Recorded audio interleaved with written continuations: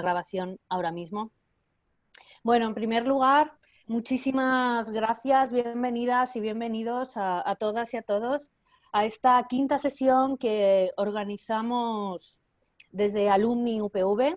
Mi nombre es Belén Arrogante y soy la coordinadora de Alumni, que es el servicio en la Universidad Politécnica de Valencia desde donde gestionamos los servicios y las actividades dirigidos a nuestras tituladas y a nuestros titulados. Alumni depende del Vicerrectorado de Responsabilidad Social y Cooperación y seguramente ahora también se incorporará con nosotros nuestra vicerrectora Rosa Puchades. También quiero dar las gracias muy especialmente a mis compañeras de Alumni, a Encarna Monros y a Silvia Ballester, que también hacen posible esto, y por supuesto a todos vosotros por estar hoy aquí. Bueno, lo primero, pues como os decía, daros las gracias por estar aquí. Esta sesión es la quinta que venimos organizando. Hemos hablado ya sobre los retos de la inteligencia artificial, sobre cómo se reinventa una startup ante los retos del COVID. Hemos hablado de la geolocalización con Gerson, la seguridad y la privacidad. Y hemos hablado también de las pautas familiares ante una situación como la que estamos viviendo. ¿Me oís? Sí, ¿no? Es que me decía alguien que no me oía. Y bueno, pues esta quinta sesión contamos con Gonzalo Pin, que hoy nos va a hablar sobre los trastornos del sueño en tiempos del COVID. La sesión de Gonzalo durará unos 40 o 45 minutos y os rogaría que si tenéis preguntas nos las vayáis dejando en el chat para que al final se las podamos hacer llegar a Gonzalo. Bueno, Gonzalo, para quienes no le conozcáis, a Gonzalo, es, aparte de un gran amigo y un gran profesional, él es pediatra y puericultor, además él es experto universitario en medicina de los trastornos del sueño, es jefe del Servicio de Pediatría y Unidad del Sueño y Cronobiología del Hospital Quirón Valencia. Además es coordinador del Grupo del Sueño y Cronobiología de la Asociación Española de Pediatría y este año ha sido orador de la quinta edición de nuestro evento TEDx UP Valencia, que os recomiendo que podáis ver esa charla, que la podéis encontrar en la página web de www.tedx.com. Como os digo, esta charla se está grabando, podréis disponer de ella cuando finalice, la colgaremos y además os la haremos llegar con el formulario de inscripción, de evaluación. Y también anunciaros que la semana que viene contaremos con el psicólogo Nacho Coller, con el que hablaremos del bienestar emocional y la ansiedad en tiempos del COVID, un tema también muy de actualidad. Pero bueno, sin más, voy a dar ya la palabra a Gonzalo. Muchísimas gracias, Gonzalo. Y bueno, os recuerdo sobre las preguntas, nos las podéis dejar a través del chat y después se las trasladamos.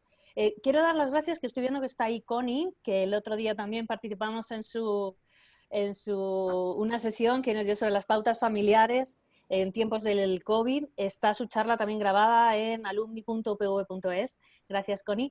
Y bueno, y sin más, pues vamos a dar ya la palabra a Gonzalo Pin. Muchísimas gracias. Bueno, muchísimas gracias, Belén, y muchísimas gracias a Alumni por confiar en mí y por poner este tema. Espero cumplir un poco los objetivos. Yo voy a hablar durante 35-40 minutos, pero quizás lo interesante después sea comentar las preguntas que tengamos. Entonces, vamos a compartir la pantalla.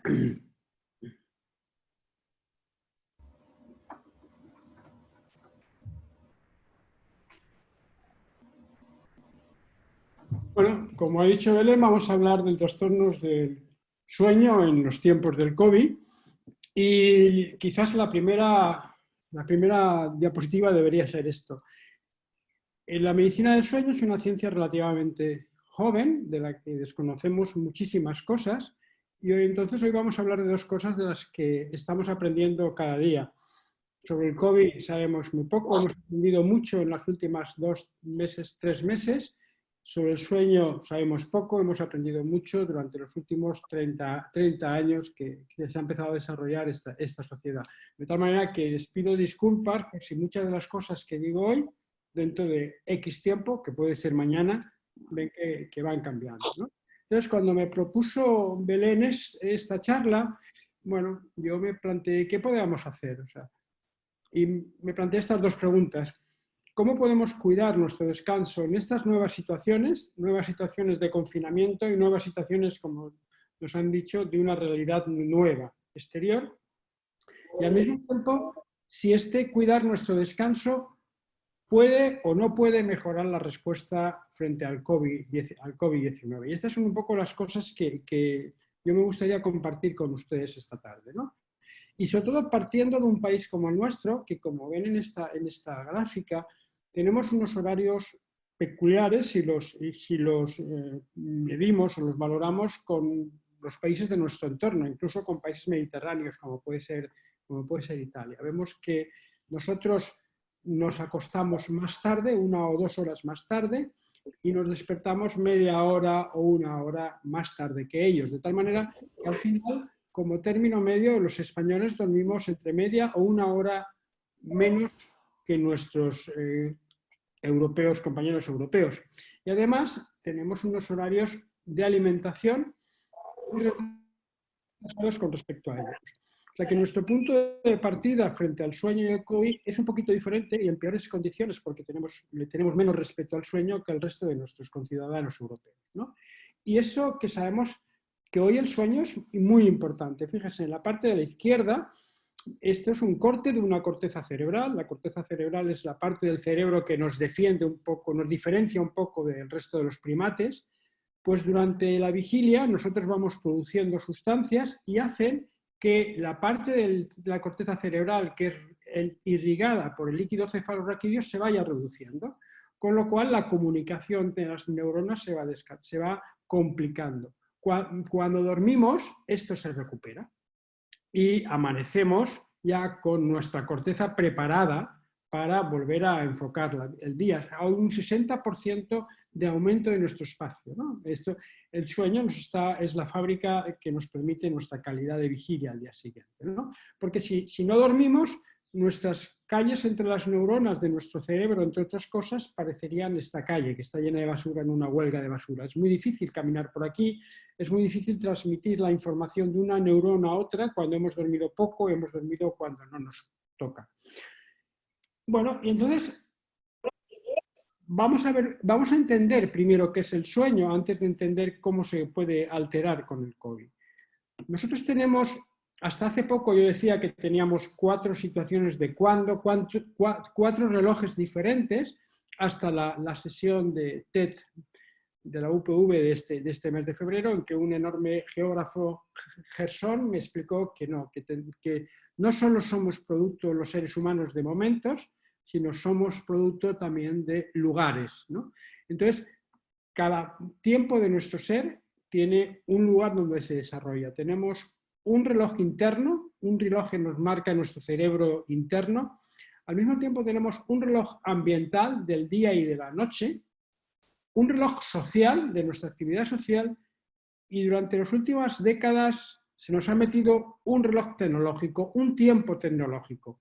Estos 4 relojes o estas 4 situaciones se combinan entre ellos y si están de una manera armónica van a producir un sueño adecuado. Perfecto.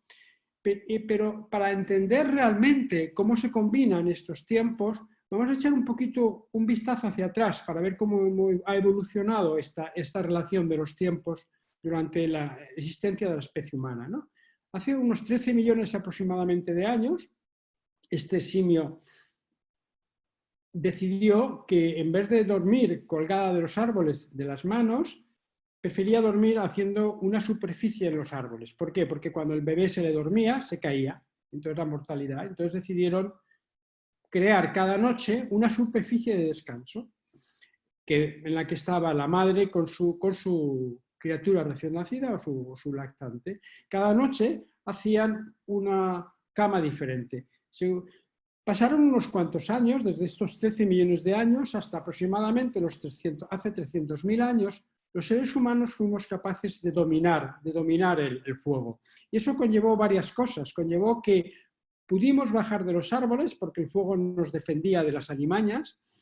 Permitió que antes de dormir la tribu se comunicara entre ellos. El niño continuaba con la madre, pero ya había una comunicación.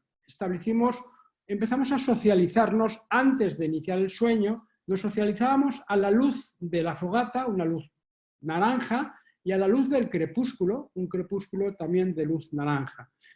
El niño seguía durmiendo con su madre, pero ya había un momento de desactivación previo al inicio del sueño. Esto fue así hasta toda la época preindustrial. Ya lo describe un científico reciente, que se llamaba Miguel de Cervantes Saavedra, que habla como Don Quijote, su famoso personaje, durmió el primer sueño, sobre las 3 de la mañana se despertaba y volvía a dormir el segundo sueño. Y esto lo ha hecho gran parte de la humanidad durante cientos de miles de años. Por eso muchos niños se despiertan a las 3 de la mañana y cuando llegamos a la tercera edad también nos despertamos a las 3 de la mañana, muchas personas, mientras otros, como Sancho Panza, dormían de forma continuada. O sea que estas dos formas de dormir son habituales, unos se despiertan a las 3 de la mañana y otros lo hacen de tirón. Todo esto fue así hasta 1879, en que Thomas Edison nos regaló la luz eléctrica e introdujo una serie de cambios en nuestra forma de relacionarnos con el tiempo. Ya somos la única especie animal capaz de introducir luz en la noche, capaz de alargar nuestra estancia a medida de la luz. Todo fue así. En el siglo XX dormíamos y nos relajábamos así, todos juntos, jugando. Todos jugábamos al escalectri, salvo alguno, que siempre hay alguno raro, que quería jugar con el tren. Pero estábamos todos juntos. Será muy parecido a lo que hacía la tribu a la luz de la fogata. Llega el siglo XX, resulta que cada miembro de la tribu tiene su propio aparato con el que se comunica con otras tribus, las cosas han cambiado. Hemos introducido en las habitaciones una luz blanca muy cerca de nosotros, no es la luz naranja que teníamos alrededor de la fogata. La hora de cenar se ha convertido, en vez de ser en un proceso de comunicación, cada uno estamos con nuestro aparato comunicando con otras tribus. Hemos introducido no solo la luz en nuestras habitaciones, sino que en todo nuestro entorno hemos introducido la luz. Solo el 10% de la superficie europea está libre de contaminación lumínica y en los últimos tiempos ha aparecido otro personaje que nos está alterando el sueño, nuestra forma de vida, este personaje al que le hemos querido llamado COVID-19. Todo esto ha alterado nuestra forma de dormir, de tal manera que lo que antes veíamos de una manera muy clara, con 4 relojes y 4 lugares que nos continuaban, en este momento se ha convertido en una situación un poquito más complicada, en la que ya las cosas no se relacionan entre sí, el sistema, el tiempo ambiental se mezcla con el social, con el tecnológico. Hemos perdido un poco la frontera entre el día y la noche. Ya la noche no es oscura, el día tampoco es exactamente oscuro. Y eso se ha agudizado en estos momentos con la aparición del COVID. Y eso ha hecho que nuestro sueño cambie. Por ejemplo, nosotros hemos hecho un estudio con 12.952 preguntas a niños, a familias, de cómo dormían los niños antes y después. Este es solo un ejemplo. Fíjese, antes del confinamiento por el COVID, el 3% de los 12.950 niños tenían pesadillas normalmente. Durante el confinamiento del COVID, el 14% tienen pesadillas de manera normal, frecuente. Hasta hace muy poco pensábamos que esta alteración del sueño estaba dado por la situación de confinamiento, de ansiedad, de incertidumbre, porque para que el ser humano duerma necesita sentirse seguro y sentir una cierta certidumbre, pero hoy en día conocemos datos de lo que hace el COVID con parte de nuestros reguladores del sueño y es algo que les quiero comentar posteriormente. Sentamos las bases, pues, ya sabemos cómo evoluciona el sueño. ¿Cómo se regula el sueño? Nuestra forma de dormir tiene 2 sistemas de regulación.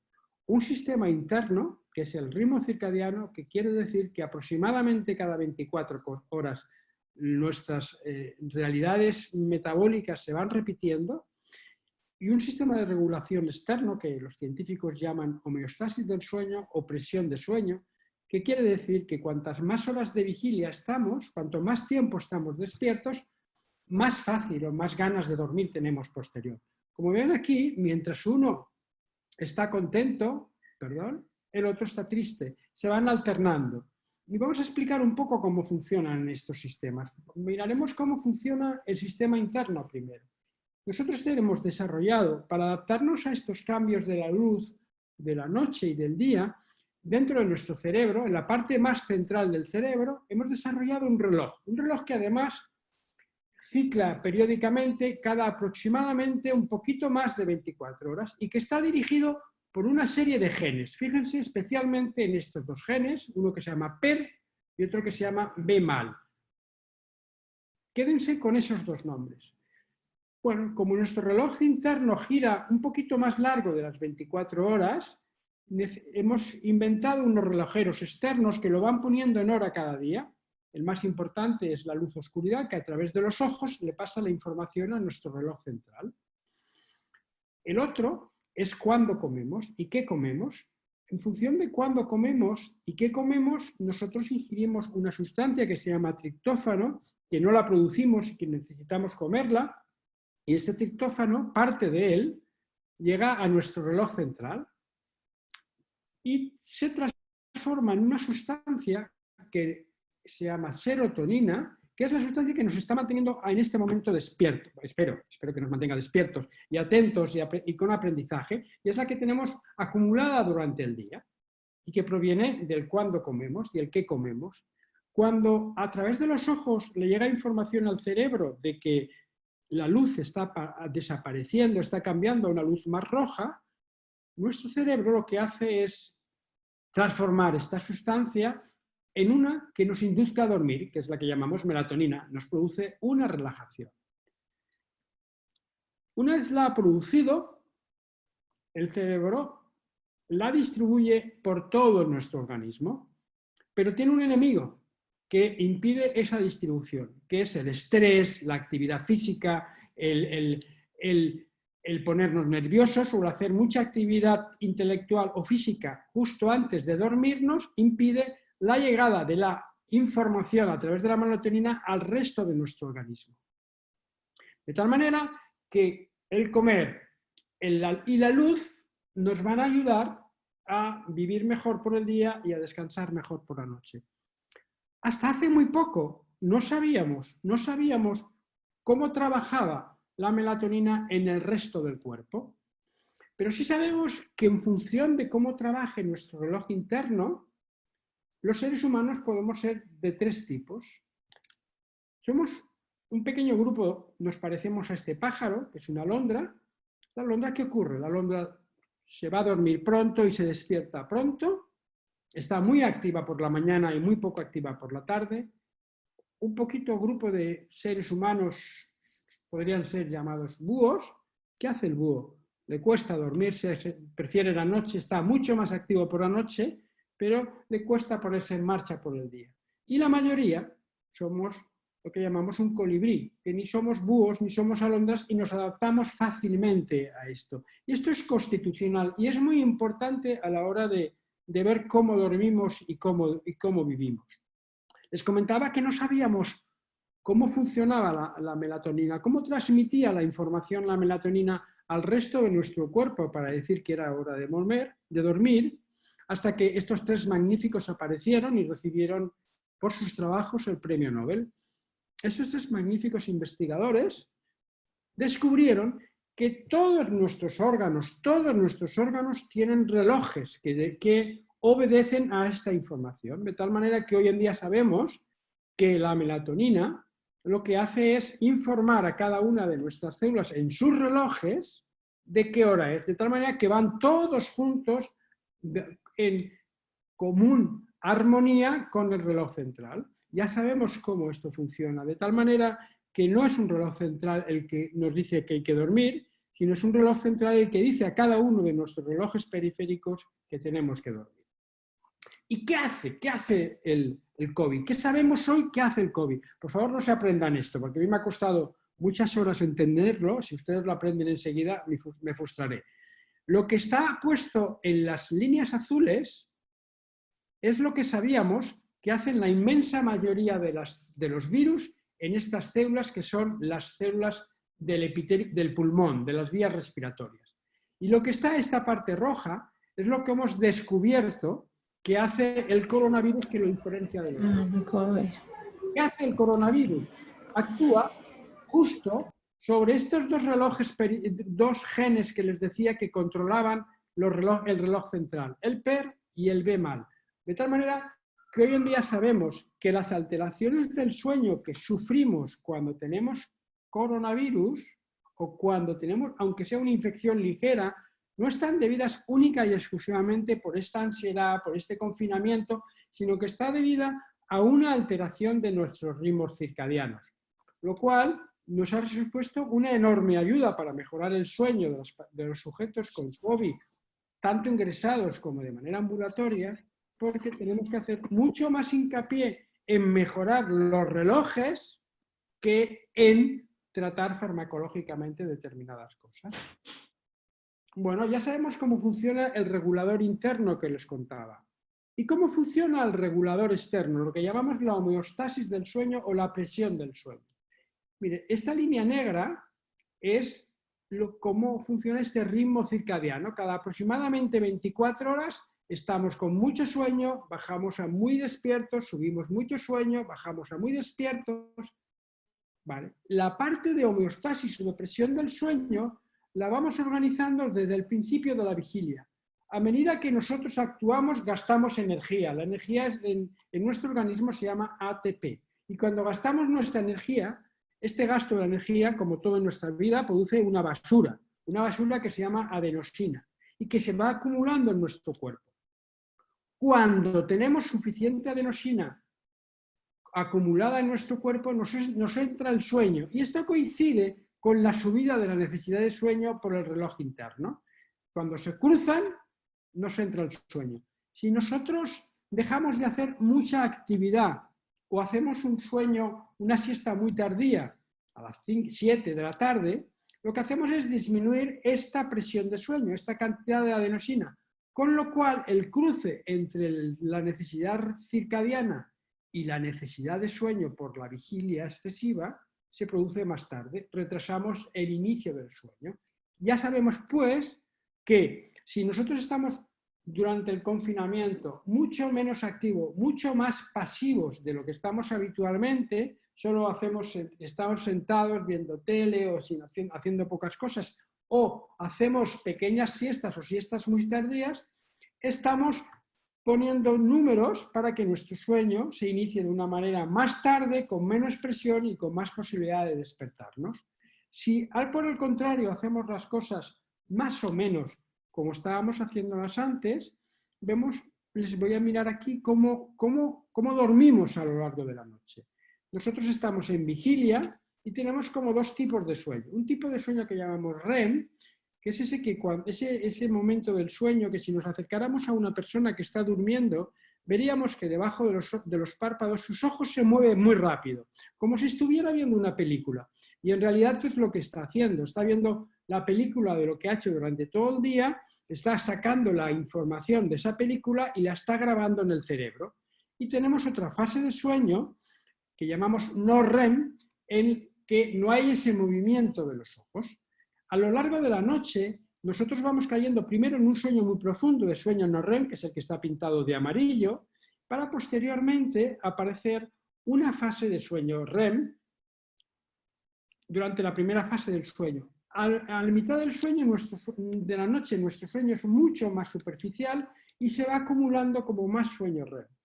Hoy en día sabemos que para mejorar nuestra conducta, nuestro aprendizaje, nuestro bienestar al día siguiente, tiene que haber una perfecta proporción, una perfecta relación entre el sueño no REM y el REM.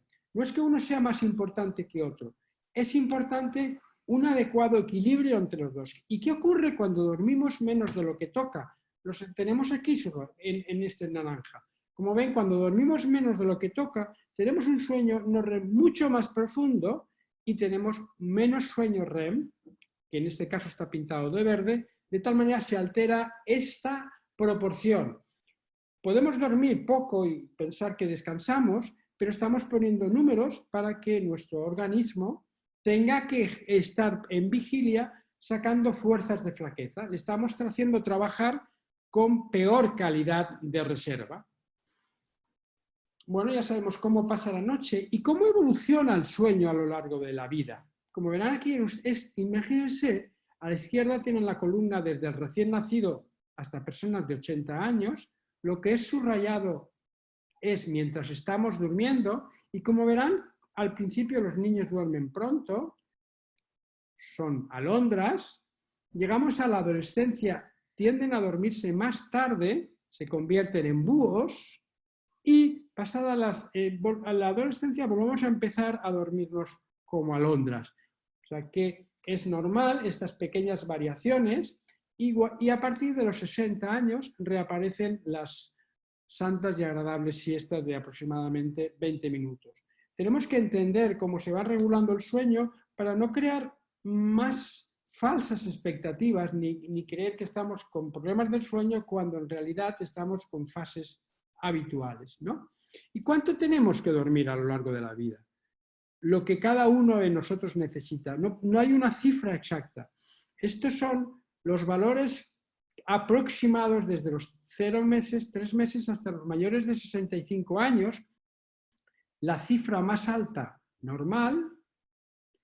La cifra más baja, normal. Y la media de la mayoría de las personas. Como ven, hay muchas variaciones. De los 14, 16, 17, 18 horas que puede dormir un niño de hasta 3 meses, de manera interrumpida, hasta las 7 horas que puede dormir una persona mayor de 65 años, e incluso 5 o 6 horas. Pero lo importante es que nosotros al día siguiente nos encontremos en perfecto estado. Eso significa que hemos dormido lo que necesitamos nosotros, que no tiene que ser lo mismo que necesita nuestra pareja. Resumiendo, la luz a través de los ojos le da la información a nuestro cerebro y este se lo da a través con la melatonina a cada uno de nuestros órganos. Luego exponernos a la luz natural, a la luz blanca del mediodía, a la luz cálida de la tarde-noche con ese tipo de iluminación va a favorecer que nos pongamos en hora de acuerdo con nuestro entorno. Y es importante saber que nosotros como seres humanos hemos introducido cambios cada vez más rápidos.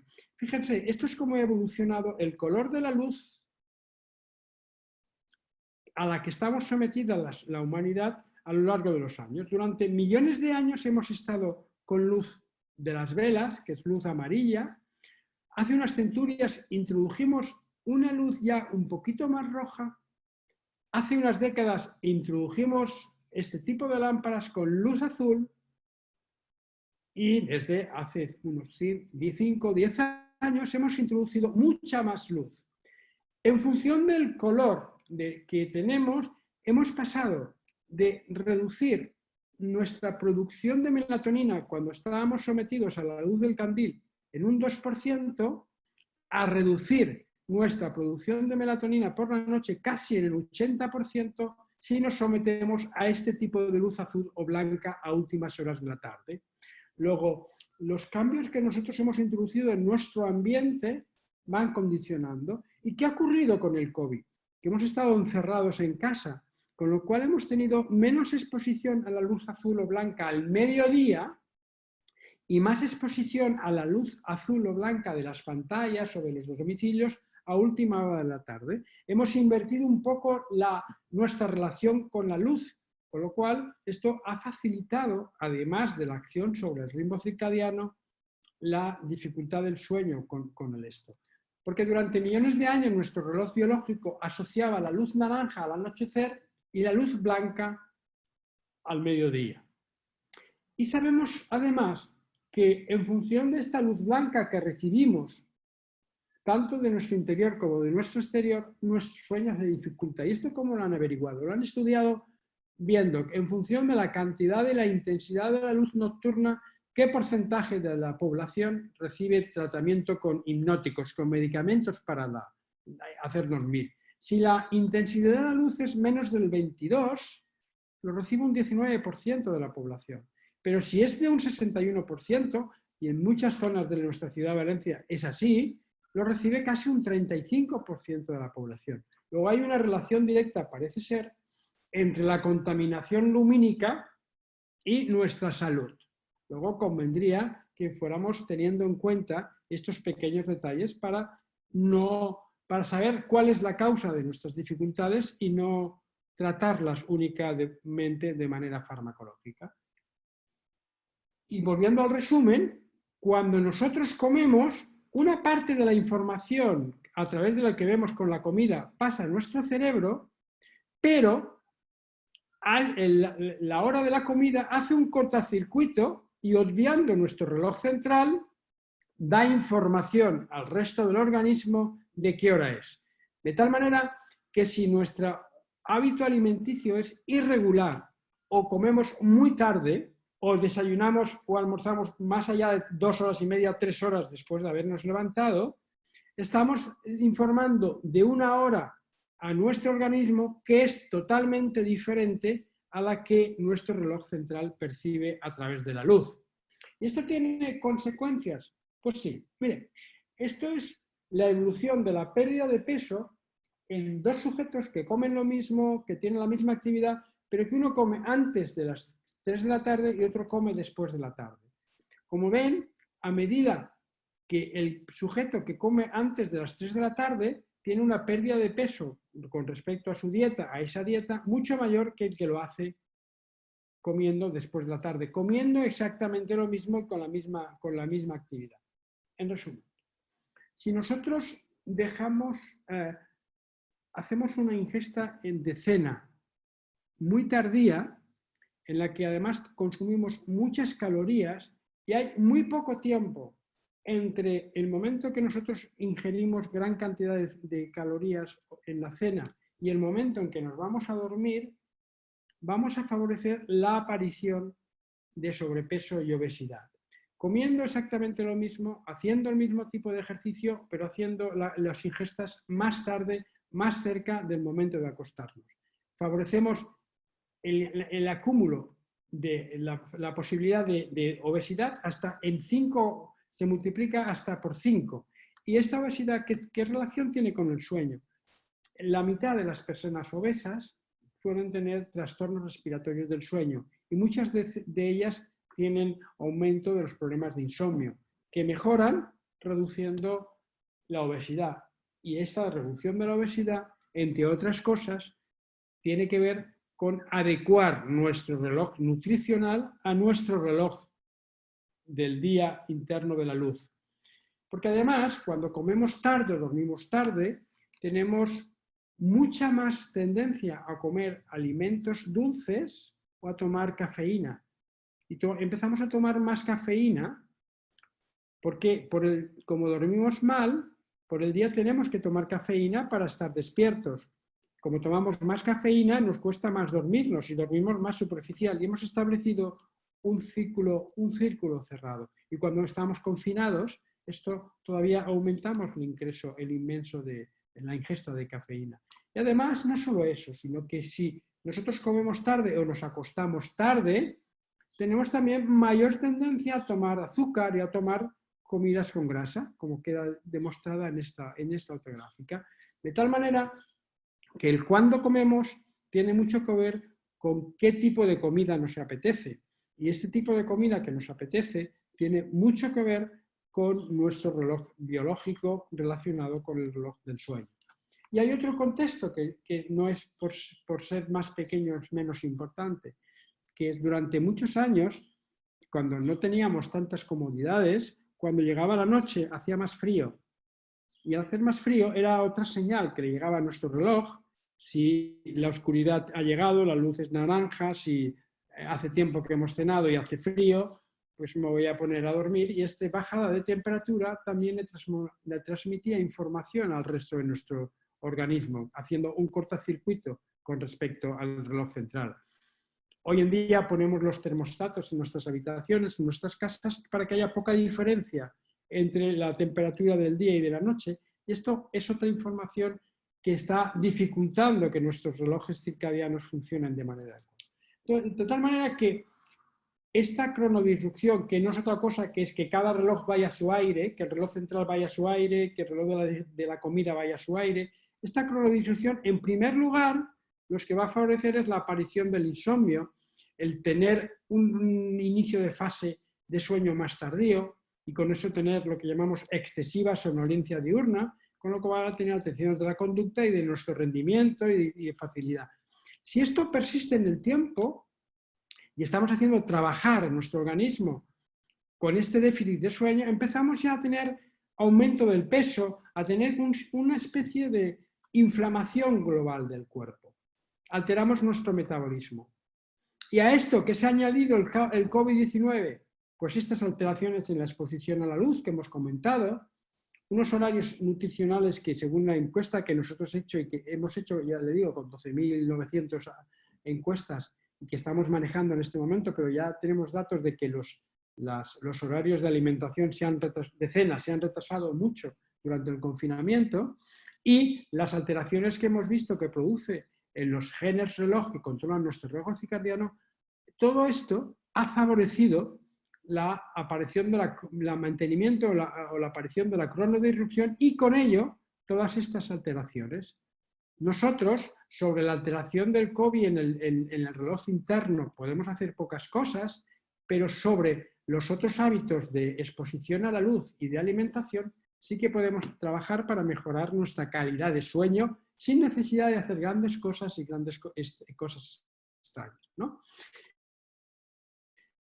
Y esto es importante hacerlo porque nuestro organismo tiene memoria. Y lo que hacemos desde que nacimos hasta que llegamos a viejos va acumulándose. Y a medida que nosotros vamos manteniendo en el tiempo alteraciones del ritmo desde la infancia o desde la adolescencia, alteraciones del ritmo de sueño, vamos durmiendo a horarios no muy regulares, vamos durmiendo poco, vamos aumentando el número de enfermedades que vamos facilitando. La ventaja, la buena noticia es que si nosotros reconducimos esta situación y hacemos un estilo de vida más saludable, del que comentaremos luego, probablemente podamos disminuir la intensidad de estos procesos. De todas maneras, ya para finalizar, en el puzzle del sueño, cuando nosotros encontremos que tenemos dificultades para el sueño, nosotros tenemos que saber si somos alondras o si somos búhos. Tenemos que saber exponernos a la luz, tener cuidado y usar la cama para dormir o para otra cosa que no es estudiar, ni es precisamente ver la tele, ni es leer. Tenemos que saber a qué hora hacemos la actividad física, por lo menos 3-4 horas antes de que queramos dormirnos. Tenemos que regularizar nuestros horarios de sueño, nuestra ingesta de alcohol, el uso de la tecnología y, evidentemente, tenemos que tener en cuenta este nuevo personaje que se nos ha colado y que nos exige ser todavía más cuidadosos en el respeto a nuestros ritmos biológicos, a nuestra exposición a la luz, a nuestros ritmos horarios. De tal manera que lo que yo les propongo es mejorar nuestro sueño haciendo una revolución saludable que tiene en cuenta el cuándo hacemos las cosas y dónde las hacemos. El lugar y el momento.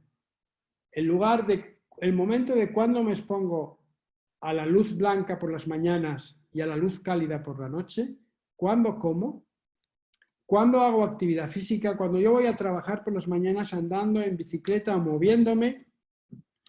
La movilidad de los músculos esqueléticos sabemos que despierta el cerebro. Cuanto más despierto el cerebro esté a primera hora del día, mejor voy a dormir por la noche. Tengo que tener unos horarios regulares. Y tengo que desconectar, no hacer nada, tener un tiempo de relajación cerebral a lo largo del día, preferiblemente antes de acostarnos. No es saludable cenar de esta manera con nuestros móviles, con los móviles de los niños. Hay que dedicarnos un tiempo a no hacer nada, a dejar ver pasar el tiempo, a lo que llamaba Santo Tomás de Aquino la contemplación y que ahora queremos convertir en meditación, pero no importa, cualquiera de estas cosas, la desconexión y la afectividad es necesaria Para que el ser humano duerma bien, necesita 3 cosas. Confianza. Confianza en que está tranquilo y está seguro.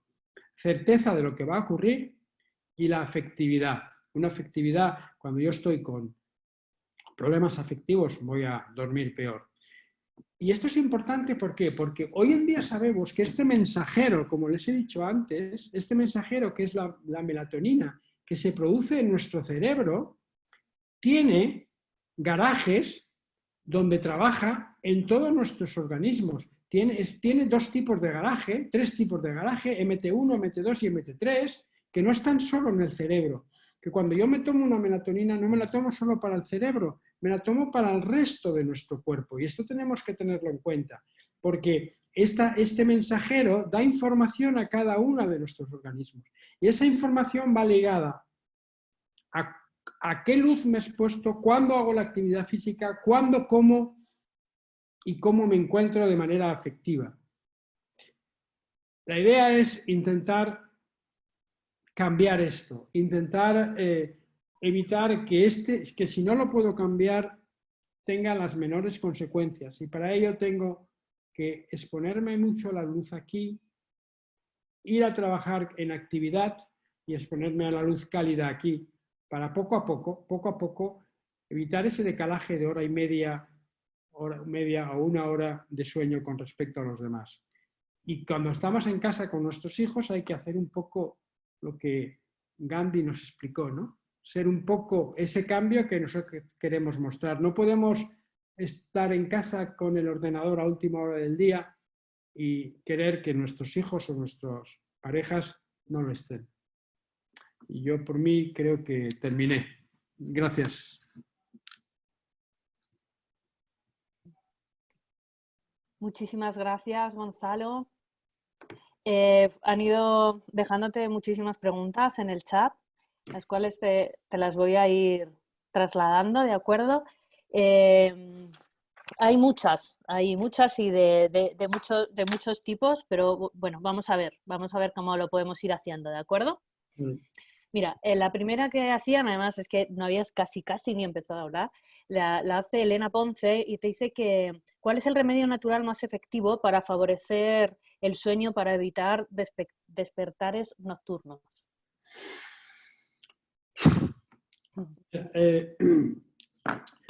Los despertares nocturnos, primero, el remedio natural, primero es saber por qué están esos despertares nocturnos, y eso lo tiene que comentar con el médico de familia, porque hay sobre todo en mujeres, hay una situación que se llama síndrome de piernas inquietas o movimiento periódico de los miembros que nos hace despertarnos a menudo.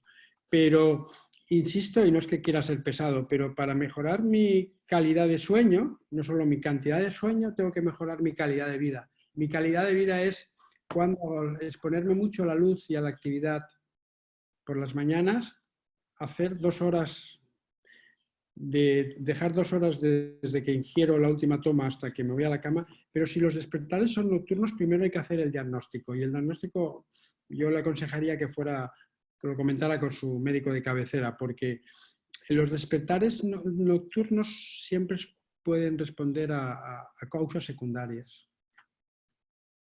Muy bien, muchísimas gracias. Hanok dice, con respecto a la melatonina y el abuso que se hace de la misma, y más ahora con el tema del COVID-19 y Pablo Motos, me pregunto si el tratamiento en niños es contraproducente y que si el tratamiento crónico de más de 6 meses, si es seguro tomarlo de por vida sin riesgos, como afirman algunas casas comerciales. Bueno, la melatonina la melatonina es de las pocas sustancias de nuestro organismo que mantiene la misma estructura bioquímica desde tiempo inmemorial. Es de las pocas sustancias en nuestro organismo que tiene receptores para actuar en casi todos nuestros órganos. Es muy difícil encontrar un órgano en el cuerpo humano que no tenga receptor para la melatonina. La melatonina es una neurohormona, ¿no? Y hay que tomarla con respeto. Y hay que tomarla con respeto como parte del tratamiento de los problemas del sueño, pero no como único tratamiento de los problemas del sueño.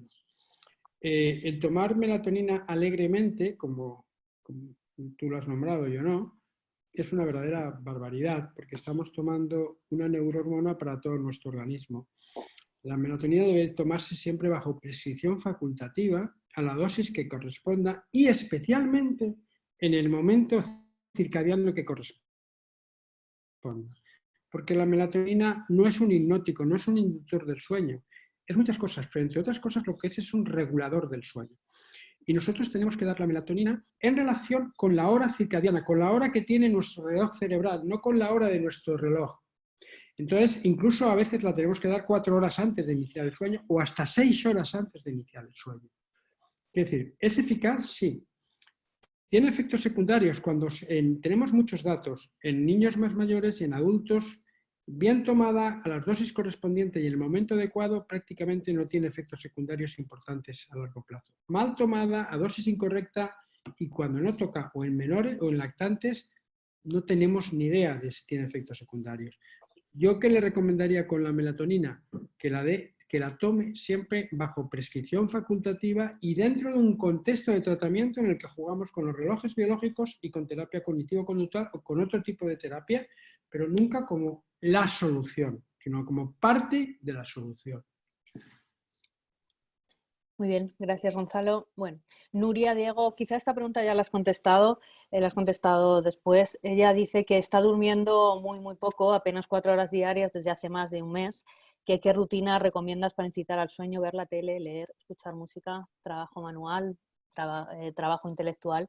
Yo creo que Sí. la No, has contestado, ¿no? creo que ¿O quieres añadir algo? lo único es que para mejorar mi sueño tengo que mejorar mi día. Y mi día empieza desde la primera hora de la mañana. No nos obsesionemos con mejorar la noche. Mejoremos primero nuestro día, pongamos en orden nuestro día, que probablemente nuestro sueño mejorará.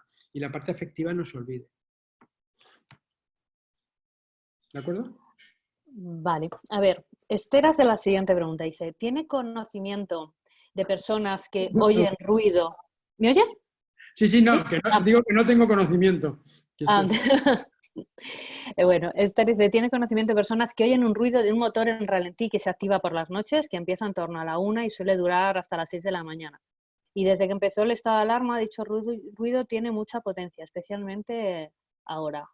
Y que va también unido a microvibraciones. Que si tiene conocimiento de que haya personas que también oyen ese ruido interno. Hay muchas parasomnias y sensoriales, hay de muy diferentes tipos. Y en momentos de peor calidad de sueño y de mayor confinamiento y menor exposición al aire, las parasomnias, yo he enseñado las pesadillas, pero hay muchas más, se han agudizado y han aumentado en frecuencia. Eso tiene relación con nuestra calidad de sueño, sí, esto pasa. Pero eso yo se lo comentaría a su médico de cabecera. A ver, Alicia dice que tiene la sensación de que cuando sueña mucho, que se descansa menos, que sí es cierto esa afirmación científicamente hablando. De ensoñaciones no soy un experto, pero no parece que tengamos muchos datos de eso. Lo que pasa es que tengo más conciencia de que he tenido ese periodo de ensoñación y como la calidad de mi vigilia tiene un gran componente subjetivo, según yo creo que he dormido, el ser consciente de ese tipo, de mayor tipo o cantidad de ensoñaciones a veces hace que mi sensación de descanso sea peor, pero no objetivamente. Y cuando se ha medido objetivamente no hay gran diferencia. Santi nos dice que su hijo desde hace más de un mes tiene pesadillas y se suele despertar 2 o 3 veces en toda la noche. ¿Qué pueden hacer para mejorar el sueño de su hijo y en consecuencia el suyo? Sí, tiene toda la razón del mundo, porque cuando tú tienes un niño con trastorno del sueño, no tienes un niño con trastorno del sueño, tienes una familia o un grupo familiar con trastornos del sueño, y eso repercute. No es lo mismo tratar los problemas de sueño de mi hijo cuando yo duermo fantástico que cuando llevo un mes durmiendo mal. Mi capacidad de control ha disminuido. No sé qué edad tiene el niño, pero entender que en situaciones en las que al niño... 2 años, tiene 2 años. Sí, esto es absolutamente normal. Y por una parte, por una parte eso significa que el niño es inteligente y reacciona a los cambios de ambiente que ha habido en su entorno. Bueno, ha dejado de ir a la guardería, si va a la guardería, existe una sensación diferente en casa, hay una actividad menor y muchos niños responden con ese aumento de despertares. Por un lado es bueno porque mi hijo significa que está respondiendo de manera efectiva al cambio del entorno y por otro lado yo creo que a los 2 años con 2 o 3 despertares es incómodo, es jorobado como padre, pero yo esperaría que la situación se fuera normalizando. Muy bien. A ver, Miriam pregunta sobre a qué se debe la parálisis del sueño y cómo se podrían disminuir los efectos que si tiene relación con la despersonalización. Es una sensación muy desagradable. La parálisis del sueño, para quien no lo sepa, es una situación en la que la persona se despierta, pero no puede, está despierto, pero no puede mover ningún músculo, nada más que el músculo respiratorio. Y no puede ni hablar, oye lo que acontece, pero no, dura pocos segundos o milisegundos, pero la sensación es que dura un montón.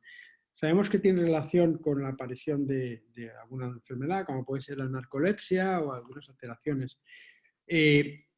Pero muchas de ellas son hereditarias y son aisladas. Entonces, bueno, las personas con parálisis del sueño sí que se recomienda que en una unidad de sueño descarten patología del sueño mediante un estudio de sueño. Yo, con una patología del sueño, sí que le aconsejaría que como mínimo consultara con una unidad de sueño para que ver si es necesario hacer un estudio de sueño. Miriam pregunta cómo es posible aumentar la cantidad de sueño profundo respecto al sueño ligero. Ajustando el tiempo que estoy en la cama. El sueño tiene una ley que hay una constante en mi calidad de sueño que va variando a lo largo de la vida, ¿no? Según la edad que tengo. Esa constante es igual al multiplicar el tiempo que estoy durmiendo multiplicado por la profundidad. Si yo aumento mucho el tiempo que estoy durmiendo, para mantener la constante, lo hago a costa de disminuir mi profundidad. ¿Vale? Si yo disminuyo mucho el tiempo que estoy durmiendo, para mantener la constante, lo que hago es aumentar la profundidad. Y la profundidad de nuestro sueño tiene que ser la que tiene, ni más ni menos. ¿Cómo puedo averiguar yo? Lo primero que tengo que hacer es averiguar cuáles son mis necesidades de sueño. ¿En qué nivel de necesidad de sueño estoy? ¿En los niveles altos o en los niveles bajos para ajustar mi tiempo? Porque a veces mis expectativas del tiempo que necesito dormir son erróneas, son excesivas. Yo lo que le aconsejaría es que, si está ahora confinado o en periodo de vacaciones, se olvide de relojes y se olvide de despertadores, se duerma cuando tenga sueño, se despierte cuando se despierte durante 5 o 6 días y entonces sabrá más o menos las horas que ella necesita para dormir y ajustaría el tiempo en cama a esas horas y probablemente con eso mejore su cantidad de sueño profundo. Muy bien. Andrea pregunta por qué hay ocasiones en las que al dormir 10 horas seguidas nos despertamos muy cansados. Sí, porque el sueño no se recupera, es mentira esto de que el sueño se recupere, ¿no? Sí que puedo dormir hasta una hora y pico, pero esto que es como si yo dijera durante la semana casi no voy a comer y el fin de semana me voy a comer todo lo que no me he comido la semana. Es imposible, ¿no? Pues con el sueño pasa igual. Voy a dormir muy poco entre semana porque el fin de semana voy a pegarme una panza de sueño. Hago esa extensión de sueño y cuando hago una extensión de sueño lo hago a costa de, como le he comentado antes, disminuir la profundidad. Estoy más tiempo durmiendo, pero con menos profundidad, menos capacidad de reparación del sueño. Me levanto como si me hubieran dado una paliza. ¿Correcto? Correcto. Raquel dice que a ella lo que le pasa es que se suele dormir ahora muy tarde, por ejemplo a las 2 de la mañana, pero que a las 7 o 7 y media ya se despierta y que ya se despierta y ya no duerme más. ¿Qué le recomienda, doctor Pin? Depende un poco. Yo lo recomiendo lo mismo que antes, soy muy pesado, pero es así. Es primero ver lo que hago durante el día y organizar mis relojes por el día, mi exposición a la luz, hacer actividad física a primera hora de la mañana, adelantar los horarios de comida. olvidarme de la tecnología, de los e-books, de los móviles y de las pantallas, al menos 2 horas antes de que yo quisiera entrar en el sueño. No pelearme por el sueño es un amigo que cuanto más lo buscas menos viene. Y si ella dice que lee, yo le aconsejaría que leyera no libros, sino que leyera una revista de algo que no le guste, que le aburra. Porque lo que tiene que hacer es, como hacían nuestros ancestros al lado de la fogata, ir desactivándose poco a poco. Y si yo cojo una novela que me interesa y me gusta, me estoy activando en vez de desactivar.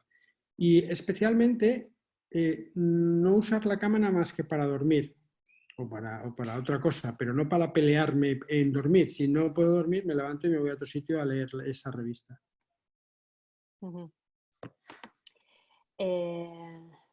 Bueno, a Miriam ya has contestado porque preguntaba también si era posible recuperar las horas del sueño perdido.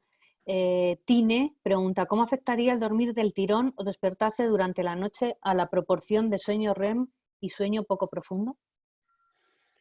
Depende, o sea, despertarse por la noche depende del tiempo de vigilia en la noche. Si es un despertar corto, o sea, lo que llamamos un micro despertar, tiene poca repercusión. Si ya tengo un despertar más largo, más de 60 minutos de vigilia intersueño, las consecuencias son mayores y se produce esa alteración de la relación sueño no REM, sueño REM.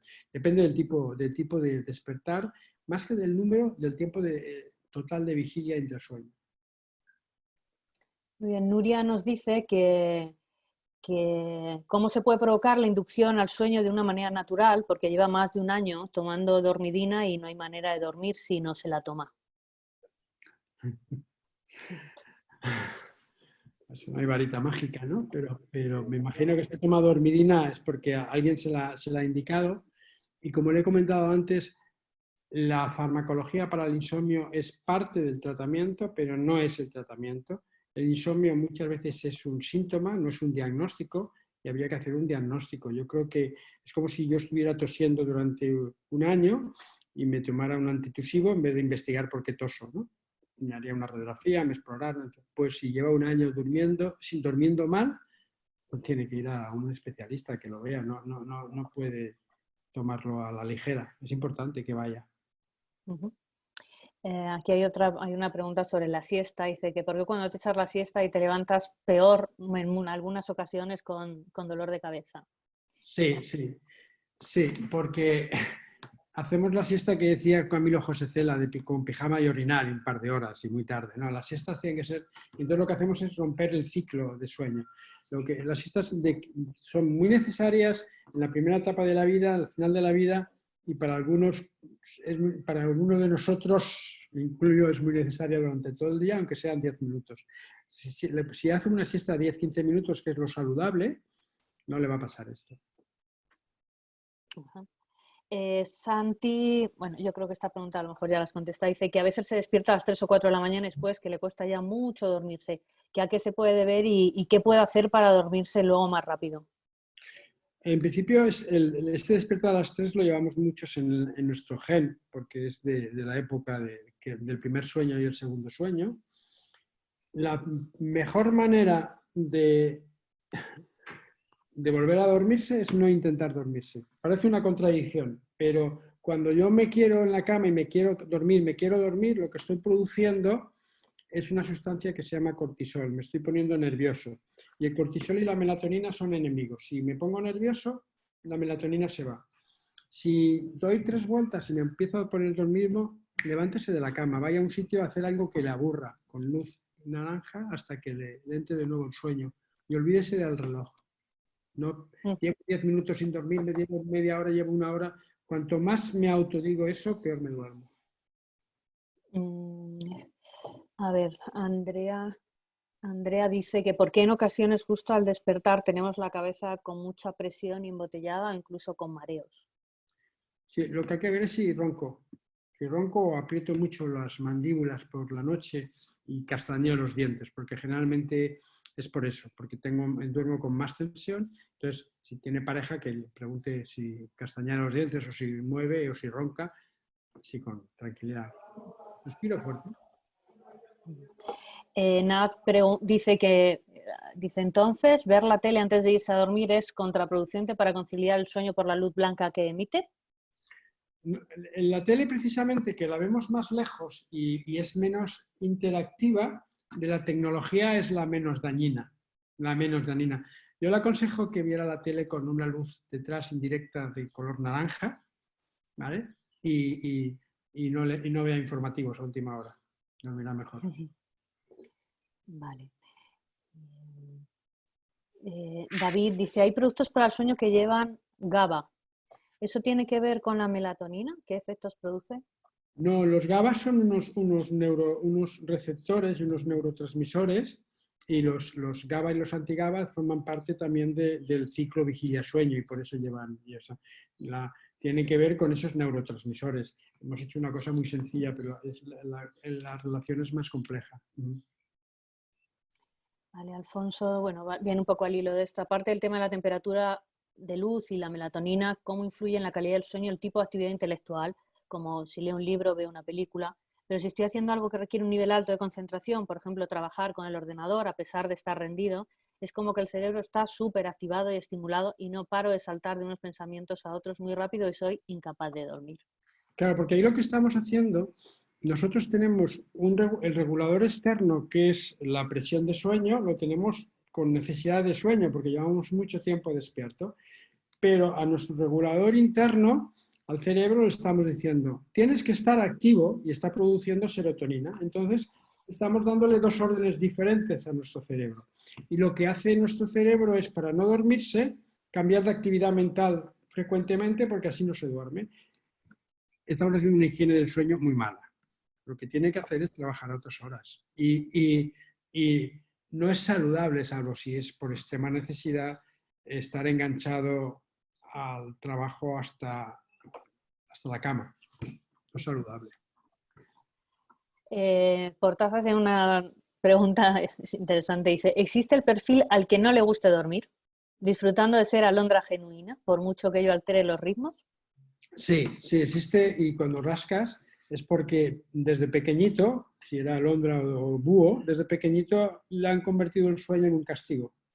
Vete a la cama, el vete a la cama es el vete a la cama repetitivo a dormir, es el primer antecedente para ser un adulto con problemas del sueño. Sí, hay gente que se le ha convertido el sueño en un castigo.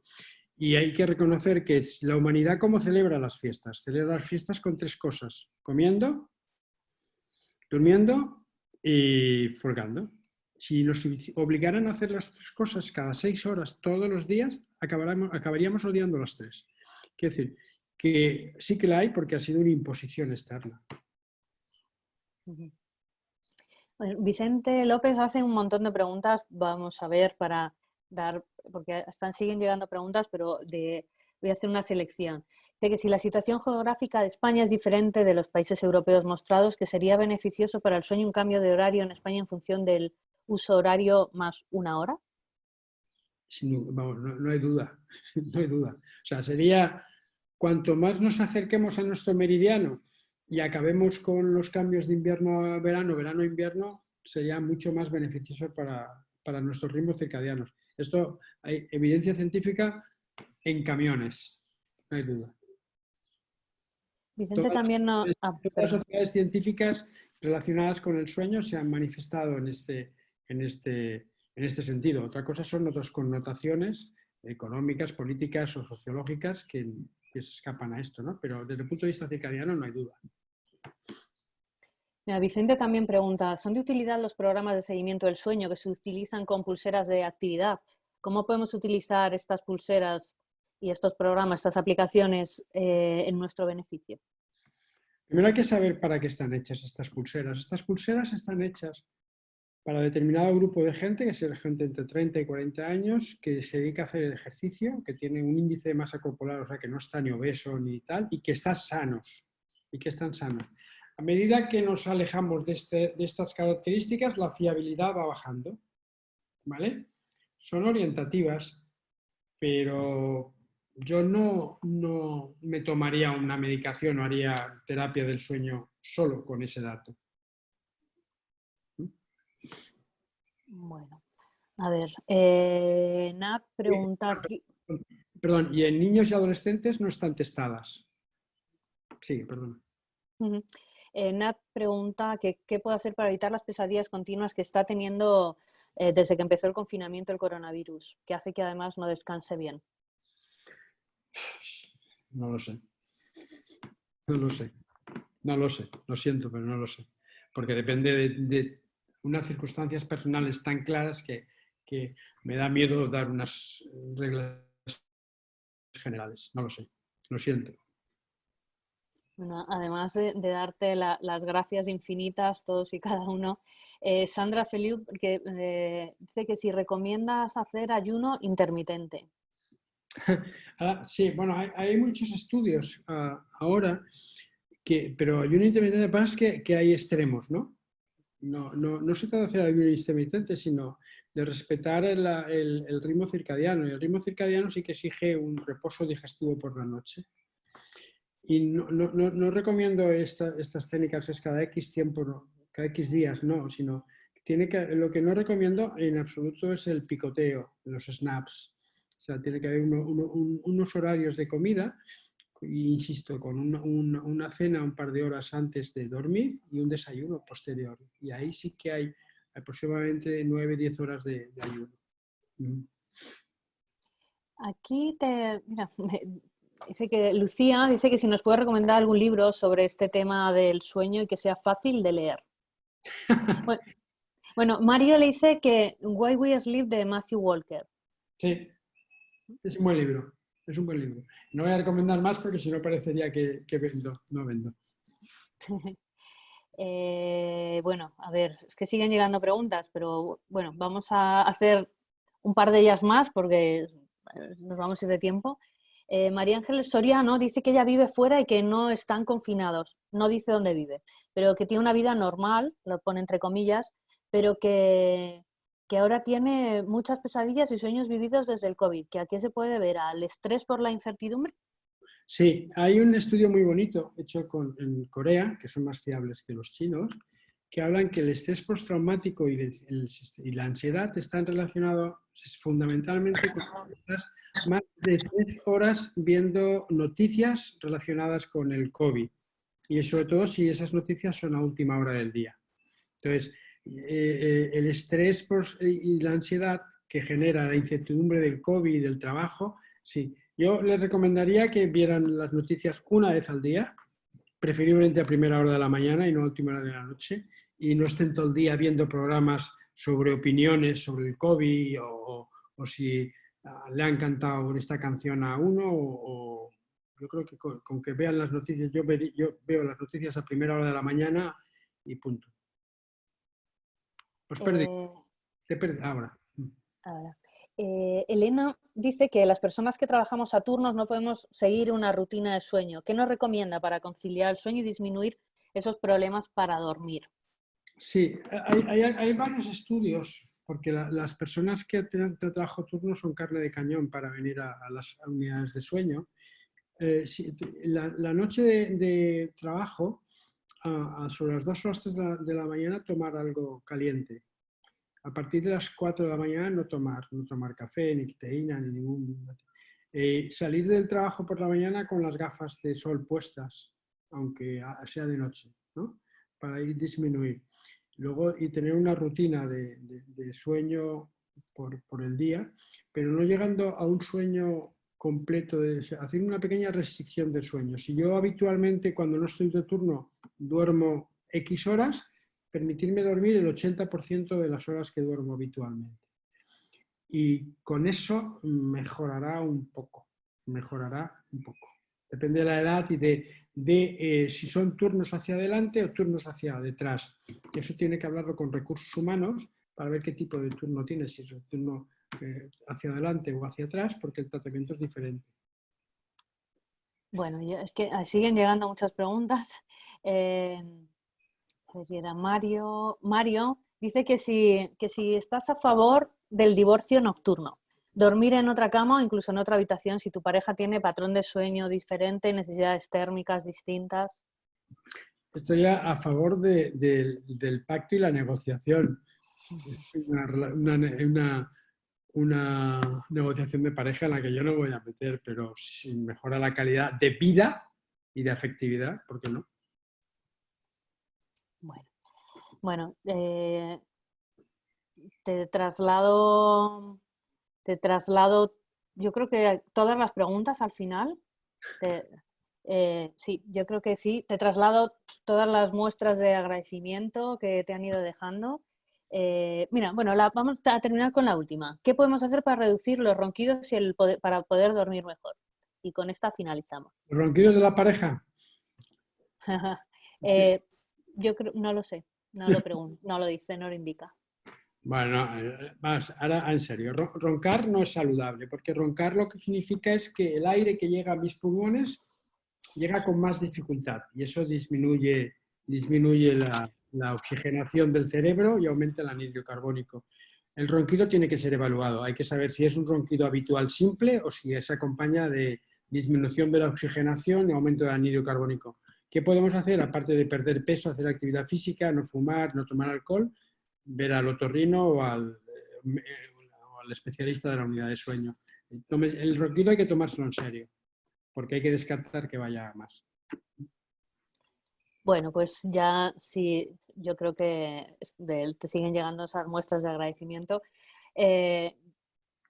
Muchísimas gracias, por supuesto. Yo me quedo con algunas de las cosas que has dicho, que es que hay que ajustar nuestros relojes biológicos para evitar la cronodisrupción, que para dormir bien necesitamos tres cosas. Me ha gustado mucho la confianza, la certeza y la afectividad, y que necesitamos contemplación y desconexión antes de dormir.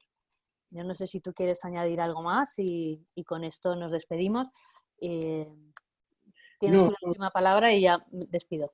simplemente que para dormir bien hay que vivir bien. Y vivir bien es vivir saludable y de acuerdo con nuestras necesidades y nuestras expectativas.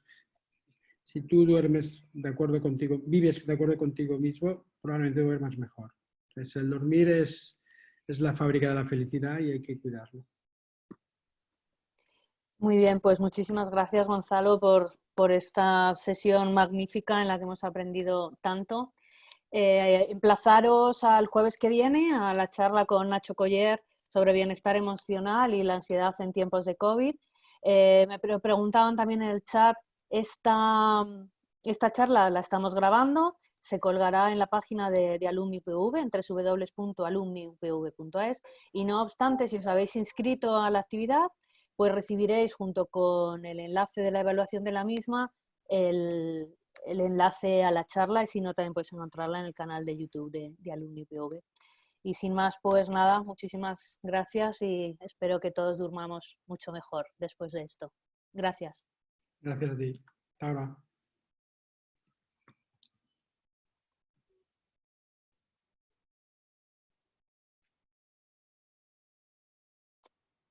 Sí.